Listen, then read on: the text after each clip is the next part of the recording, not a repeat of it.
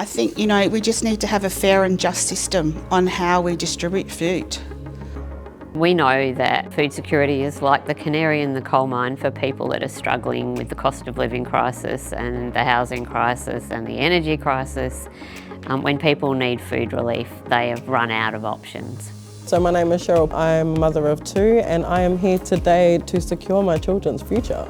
My name's Ollie, and I just came today because I sort of lived in poverty pretty much my whole adult life and been somewhat active in sort of the activist circles like Anti-Poverty Network and stuff. Hi, my name's Raquel and I live in Millicent on the Limestone Coast.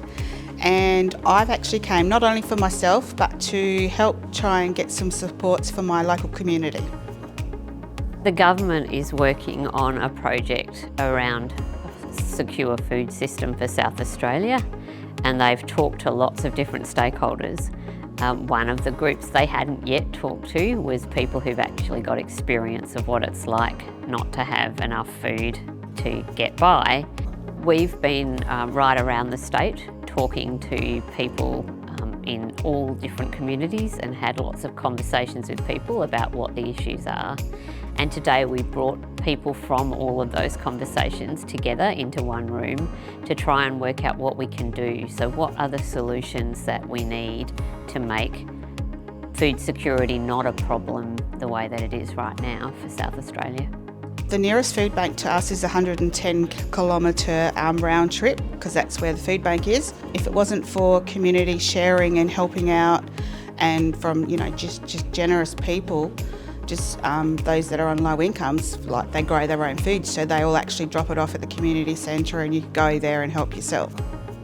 A really interesting thing that I noticed was that essentials, the cost of essentials is rising faster than the cost of non-essentials. So things like bread and milk are increasing more in cost than things like ice cream and biscuits and the things that you kind of get as a little treat.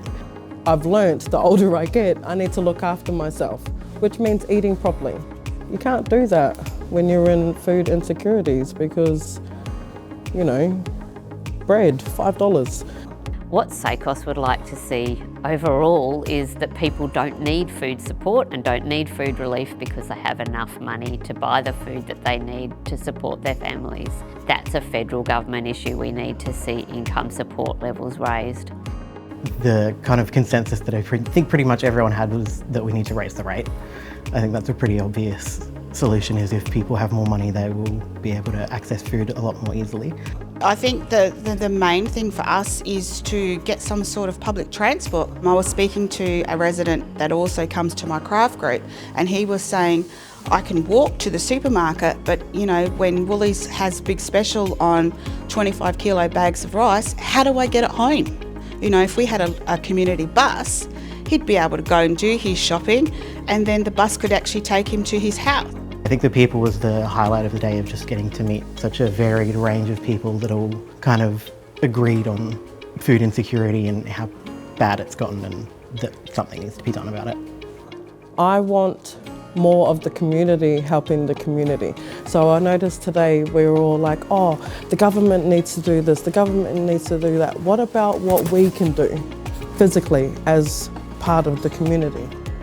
We're hearing a really strong message that people need dignified, non-judgmental services, and I think that would be an area I would like to see some action on sooner rather than later, because that's just about how we do the work we do, not trying to change it or make it bigger or better or larger or more expensive. There's an answer to this. Let's make it happen.